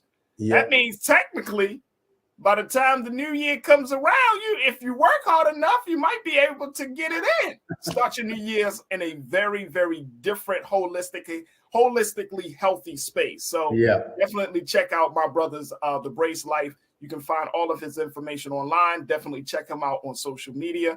And Brother Robert, I just got to say, I got to bring you back on, man. I got to bring you back on, brother. Anytime you let me know, I'm there.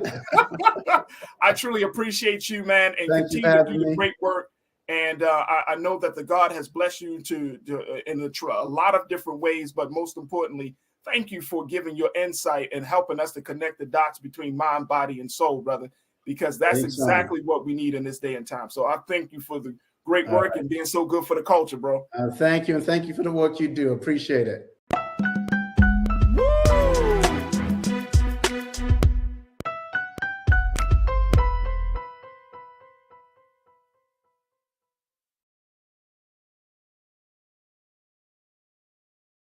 Black Star Network is here. Oh, no punch! I'm real revolutionary right now. Thank you for being the voice of Black America. All momentum we have now, we have to keep this going. The video looks phenomenal. See, there's a difference between Black Star Network and Black-owned media and something like CNN. You can't be Black-owned media and be scared. It's time to be smart. Bring your eyeballs home. You dig?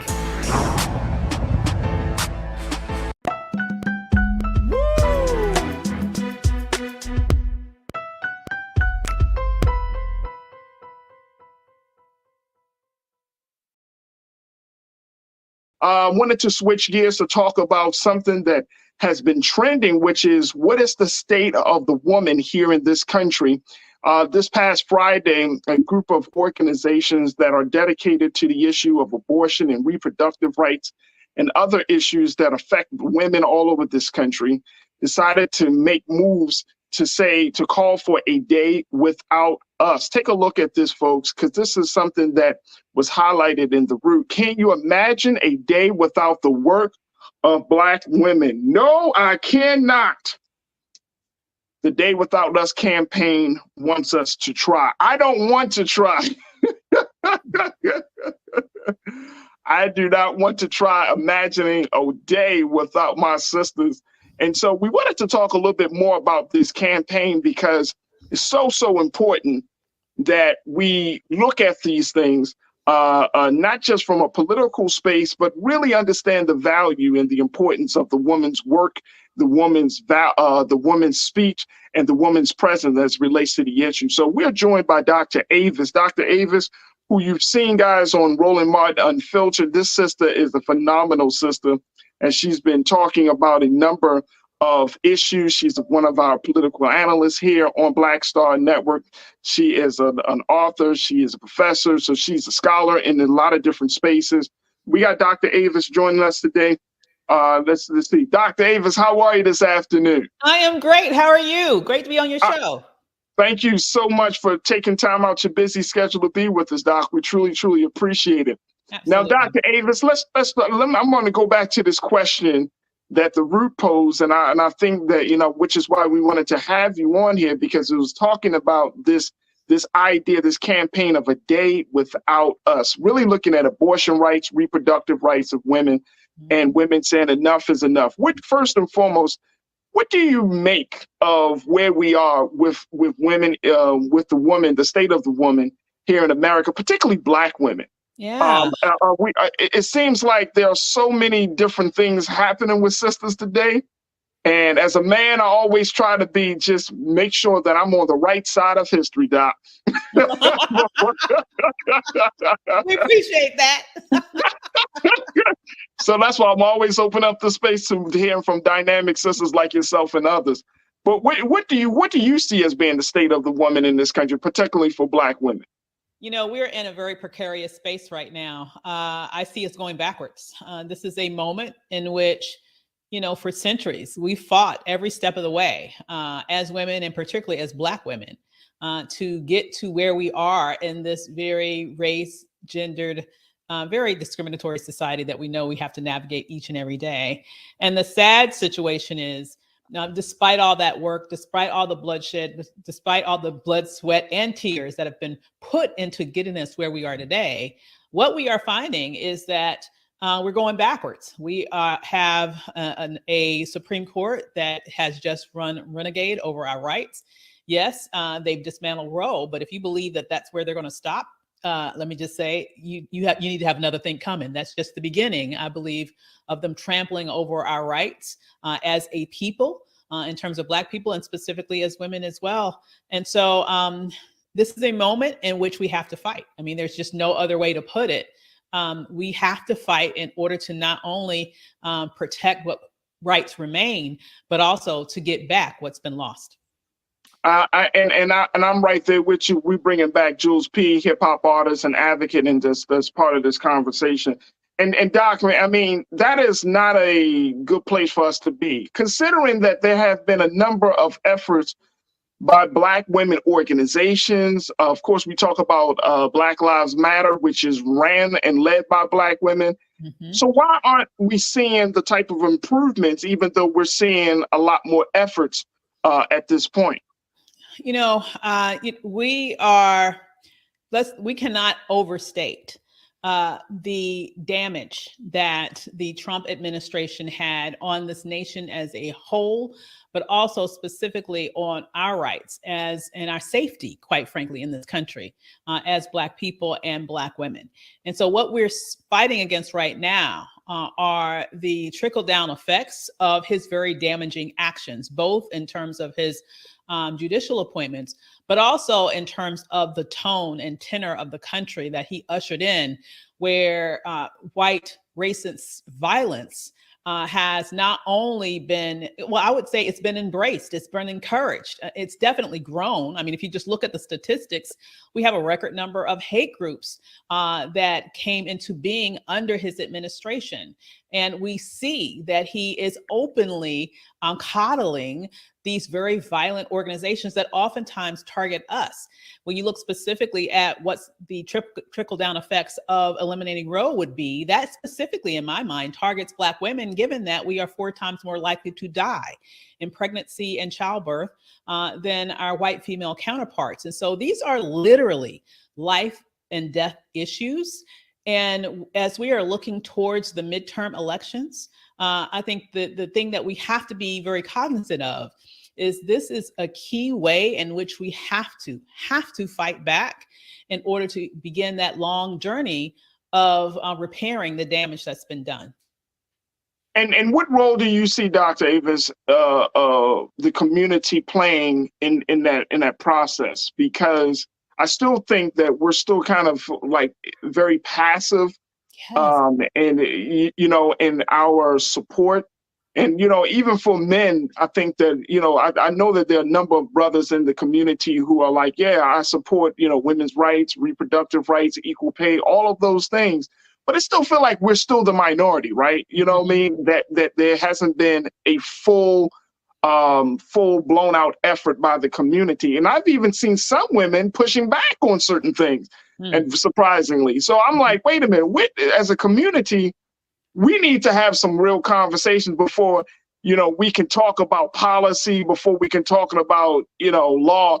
The fact is that in our culture, we haven't reconciled on where we stand to help other women get further ahead. Are you seeing that same dynamic? I definitely am. You know, it's really, honestly, it's sad for me to see the amount of fracture between, in many instances, I would say just Black men and Black women in our community right now. It is disturbing, to say the least, to see a lot of hate-filled conversations that I have seen openly on social media. It is tragic. It is sad. And I want people to really think about this. Who does it benefit to have us fight each other like this? Mm. Think about that for a minute. Who does it benefit to have us hating each other in the way that I am seeing it, with the language that we are throwing at each other, both men and women, specifically in the Black community? What is going on? Why do you think that has happened? I'm not, ancient, but I'm old enough to know, to remember a moment when there wasn't this vocal, this loud and overwhelming animosity between us in these public spaces like this. Yes. And so it makes me wonder if there has been some specific targeting of messaging to the Black community, specifically to disunite us in this way, because when we are not together, when we are not unified, when we are fighting each other, that leaves the door wide open for other people to come in and do whatever they want to us, and we will not even notice that it's going on. Oh, absolutely. Oh, absolutely. And I would have to agree, Doc, that I would say within the past 10 years, the level of vitriol that we see communicated from men to women and women to men is it gets so bad. And I remember having conversations about men and women, relationships, and even, running a household. It's getting down to this issue of pointing blame. Yes. And I'm like, where do we, and it's hard to even on a space like this, it's like, I don't even want to have those conversations without having an expert voice, just simply because we got into our heads so many crazy thoughts about each other that it's like we need somebody to buffer or to help to debunk some of the mythology that we see that we have about each other. And I'm like, this is where did you get this from? And when we're looking at women, the value of women, this is going back to this campaign of A Day Without Us. Mm-hmm. And Keena, I want you to pop up on the screen, bro, just a little bit about what was reported in the Root as it relates to this day. Take a look at this, folks. When you're talking about A Day Without Us, this is an event that was, this happened again last Friday. Black women from several reproductive and racial justice organizations are challenging Americans to put down their work and come together for a collective day of action that they call the Day Without Us. An event which is being organized by advocates at the Frontline, Netroots Nation, and several other national advocacy partners also marks the 46th anniversary of the Hyde Amendment. And for those who don't know, the Hyde Amendment blocks federal Medicaid dollars, along with all other federal funds, from going towards abortion care, meaning Medicaid recipients have to pay out of pocket for care. Many Black reproductive advocates argue that keeping Hyde in place makes abortion care costs prohibitive for low-income folks who simply can't afford the hundreds or even thousands of dollars in out-of-pocket costs for abortion care. So when we're looking at some of the big policies, it's hard. It's hard for us to even get to that place if we don't find some consensus among each other first. And absolutely. I don't know how to do that, Dr. Avis. I really don't. I don't know if we just need to have some more guided conversations about this, because, or if it's a matter of generation, because you got 25, 30, 35-year-old Black men who say, man, all these women are a bunch of this and that. And all these young ladies, like all these dudes or N-words are a bunch of this and that. Like, I don't know how we can even get to that place of talking about keeping the Hyde Amendment in place if we can't even see the value of ourselves just from personality. Oh my God, that's so true. And that's what makes this moment so potentially tragic. Well, not even potentially, tragic in my eyes. Because you might recall, you remember the studies that showed, for example, in the election that actually resulted in Donald Trump sliding into the White House, there were some studies that was done after that talked about all the money that was injected in that campaign from right-wing entities here in the United States, as well as even from Russia, specifically targeting the Black community with messaging that was meant to make us think that the person online was actually a Black person, but it wasn't. And that person, and they were targeting us with messaging to make us not want to vote at minimum, or make us vote for Trump. But the main thing was to make us not vote. They wanted to suppress our vote. And it was a very effective campaign. They spent more money on the Black community trying to suppress our vote than on any other community. For example, than they spent on the white community trying to get them to get out to the vote, for example, for Donald Trump. Now, here is why I'm bringing that up. As I alluded to, these types of vitriolic leanings, to me, they are a somewhat recent phenomena, you know, and it's tied to so much in our culture, but it makes me wonder, it makes me feel like we're getting played. Are we not seeing the same? Is it possible that the same sort of activities can be going on right now, injecting, if it's not complete trolls like was the case, or bots like was the case previously, are people being paid to inject specific vitriolic venom in this space, one against the other? Because what you said is absolutely correct. When we are busy fighting each other, name calling each other, hating literally each other, then guess what? They get to run amok in terms of all of their policy goals that they have, that they're going after. And you're exactly right. How can we unify around helping poor women be able to access reproductive freedom and reproductive justice if we sit in here calling each other every name but, you know, child of God, as my mom would say? You know, it is crazy to see what's going on. I mean, I was speaking to my assistant about this the other day. I feel like right now we are under attack as a community. We are at war, or we have entities that are at war against us, but we don't even realize it. And you can't even win a fight if you don't know that you're in a battle. You can't win the fight if you don't even realize you're in a battle. And my fear is that right now we are in this battle and we don't even know it. And that means that we're going to lose. Absolutely. Absolutely. Jules, I want to bring you into this conversation as well, and share your thoughts. Pose your questions to Dr. Avis Jones, the Weaver, who has always talked about these issues on Roland's show. But, you know, looking at the big picture, Jules, we got a lot of work to do. And it's important that Black men stand in support of Black women, not just in words, but in deeds as well. Right. So a couple of things that Dr. Avis brought up, and I think they were key. So when she started talking, I started thinking about coming from different communities. So a former community I lived in the city, it's like when you look around, all you see are liquor stores and you see, you know, corner stores. Those are the type of things that are trying to implant into that community to keep that community doing what it's continued to do, so it doesn't focus on trying to get out of that situation. And that's the same thing I feel like it relates when talking about women's rights. It's like when she's saying that, you know, we're fighting against each other so much as far as the culture because we're implanted with what's been given to us around in our spaces via social media or via our actual lives. And so much is being brought to us negative that's around us that all we know is the negativity. So instead of trying to fight for what's right to get out of those situations, we're continually battling against each other. And then there goes the issue at hand being taken away from us again, of women, of Black women. Now is no longer going to be on the forefront because we can't even focus on getting ourselves out of these situations because we're now battling against ourselves. I remember a key story I used to tell people all the time. It's like when I did a lot of my community activism work, if you notice, a lot of times I don't associate my name with but so many different community organizations.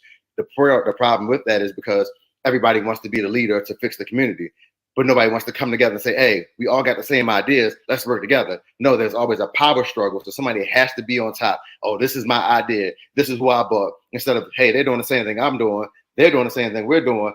We all working the same goals. Let's push the goal together. But it's too many minor organizations all doing the same thing. Look how many organizations in the city. Look how many clubs and different things are trying to push the same agendas, whether it's for women's rights or for urban rights as well in these communities. And it's like, churches even as well, because I can bring up the religious side as well, them trying to do their part. But it's like, hey, if you sit down and focus on the issue and let the issue be the drive instead of your personal clout or your personal following on social media or your personal media gain that you can get or financial gain, then that's where the issue lies. And that's the point that when she spoke about that, that's what struck the most with me. So, you know, and I think that Dr. Avis, that when we're talking about you, and I think Jules is hitting on a cultural point, which I think is the trend right now, that if you talk about male-female relationships, then you're going to get some attention, right? Oh, that yeah. if you I saw some dude my wife showed me some post some dude made about Rihanna performing at the Super Bowl and how by her just having her baby, she needs to be at home. He said, as a man, I would encourage you to stay at home with your child, not move around as much, take care of yourself. And I'm like, who the hell is this guy? You just some random black man telling a sister as if women never worked while they were pregnant or didn't go back to work after they gave birth in a very short period of time.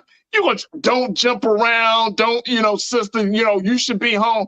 I'm looking at this guy like, boy, you on the wrong side. And boy, did the internet light his ass up. I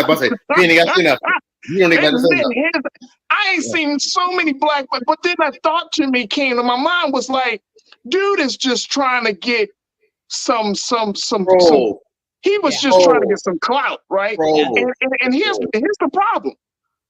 You are going in on your sister. Yeah. And Doc, you asked this question, what do we gain? You really gain nothing. Oh my God. We really gain nothing, right? Exactly. And when I see those and I see posts like this all the time from black men. I see posts, crazy ass posts from black women about men. And I'm thinking to myself, man, we really going in the wrong direction because the enemy of our rise is looking at all of this. Mm-hmm. And you said it. And so so people don't think it's a conspiracy theory for me, Doc. You said it. You said something must be going on where ideas are being introduced into the conversations, whether it's in a social media post, whether it's in meetings. Something is going on to disrupt the unity of black men and black women. Something is legitimately going on. And I think that we as our people, and this is why we have the show, we have to recognize when somebody trying to sow a seed of dissension among the family. Yes. Yes, we sure do. I mean, come on now. If we know just a little bit about our history, okay, then we would know, when has there not been a moment? I mean, it just came out the other day about how the FBI had been, in essence, spying on Aretha Franklin for 40 years, right? All the way up to, all the way up to, I think it was 2007. I mean, this is very, very recent. So what I'm suggesting here is, when have there not been outside forces attempting to redirect our narrative from within, from infiltrating us, right? And making us to think the way that they want us to think in order to cause internal dissension. The whole point of COINTELPRO was not only to murder people, but also to cause internal dissension, right? And I just want people to understand that hasn't gone away. And it's beyond even the old system, and it's beyond the FBI. I'm gonna be perfectly honest with you. That's why I'm suggesting that. I think about my parents. I think about that generation. I don't even have to think that long back. I mean, I'm just thinking about old school hip hop, like my era of hip hop in the 1980s, for example. That's how old school, that's a real old school hip hop. So, in that moment, even if you're just talking about hip hop and how what the focus was, what we talked about, the focus on history, on improving our self-esteem, on knowing who we are, on respecting one another as men, as black men and black women, and the very intentional shift in the direction of the music and the messaging that was then infiltrated into our culture from that very intentional shift. And you think about so many things that have happened since then in terms of what's going on in social media. My suggestion is we do have to be more discerning about the what we are hearing in these public spheres, and then be able to critique who benefits from us believing this. And when you start to think in that way, then you can have a more critical eye at the information that you are being spoon-fed, and be more selective about what you value and what you don't pay 1 second's notice to, so that you won't get caught up in that system of hurting ourselves so that other people can win. Well, I see a couple of things, and Jules and Doc, I would love to get your take on this. One is, I think now we're at a place where Black men have a different value system than Black women. We're seeing things differently as it relates to community, as it relates to family, as it relates to ourselves. So our value system seems to be misaligned from each other. The other thing is, we're seeing that because, and I've been wanting to talk about this, Dr. Avis. There's been a recent book that's come out called Of Boys and Men. And Of Boys and Men, the author talks about how the status of the man, not just Black man, but the man in America, is on the decline, whether you're talking about in the educational space, the social space, the economic space, that we're seeing men on a decline, and so much so that men no longer feel motivated to lead the household, to lead the communities. And we suffer, and we're seeing what they call an aspiration gap, where men don't have the same drive and ambition and motivation as women. So I'm seeing all of these things in play, and I'm thinking to myself, Dr. Avis and Jules, like, that just goes to show us the misalignment. We got the values issue. Now you got men who the country is looking down upon, not just Black men, because white men are suffering too, right? Latino men. But we're seeing that men and manhood is under, for lack of a better word, is under attack, so much so that men just don't want to be men no more. Men don't want to be the support. Men don't want to be the backbone. Men don't want to be the foundation. And so women have to step up to lead. Women have to say, I want autonomy of my body. Women have to say, I want to be paid more, without the voice of a man behind them. And I'm wondering, with this trend going, are we going to see a different America in the next 10 to 15 years? We often talk about the idea of a woman not being president, but I can see that happening. I can really see that happening, because people are losing faith and hope in men. Interesting. Jules, what's your take, bro? You ready? Because I'm ready, Jules. I'm ready. Okay. So I hear about it all the time, and I see it often. So preface myself, my comments are just pertaining to me and my spaces, so nobody take offense. I came from a Black woman. I was raised by a great Black woman. I have a great father. Let's not take nothing from that. But I grew up in a single parent household. So my mother did a lot to make sure that I was on a straight and narrow to get to where I had to get to in life, to the stage now. Because I'm on the culture. So obviously I got some little intellect to be on the show to talk and discuss and a myriad of topics, whether it be politics, sports, women's rights, whatever. I can talk it because of what I was raised by, what I was seeing, and what I seen growing up. The conversations that I hear a lot of times in this day and age, and I'm sad to say, but I'm going to say it, is about the lack of the power of the respect of the man. The men now are soft. SAWFT, soft. Okay? And that's what Black women have to deal with on a consistent basis. They don't want to work. They don't have no ambitions. They don't want education. Some not even raising their children. And that's the problem that's keep on happening. And that what's happening is you're having more and more generations create more and more soft men. So there's no more masculinity in the man because it's being taken away from us on both sides of the argument, whether it's from the men being raised in their communities or from the argument of, from what we're looking at a political state or day and time and age now where, the masculine man is not the dominant now because you have so many different types of genders and things going on and agendas being preached in the forefront of social media and culture right now. So there's so many different ways that a man is being broken down, whether it's from the household, from his community, or from the actual state of the world. So now that they're trying to find an identity and they've been the problem finding the identity, a lot of them are so, men are short-minded when it comes to some issues like this that they're just going with what they see instead of trying to get the information and gain and research to be better, do better, and provide better, to be the providers that we're supposed supposed to be and take care of the responsibilities that we're supposed to take care of. Simple things like taking out trash or dumb things like that you won't even do, but you stand in a woman's house for 20, 30 days straight, not doing nothing but sitting on your behind. But, you know, I'm sorry. George, calm down, brother. I'm sorry, Culture. I've been on one today. I'm sorry. Hey, look. If you soft, SAWFT, if you soft, don't come over here in this space. No, no, but I hear you, Jules, and I feel like Dr. Avis, that because of this cultural space that we find ourselves in, it all leads us back, just going back to where women stand on these issues. Yeah. It's all opening the door for women to be under attack. Yeah, indeed. I mean, I think about, for example, oftentimes Black women are criticized for being, in essence, too strong, like the strong Black woman, and too independent, all those things. And therefore, we're not perceived as very feminine, for example.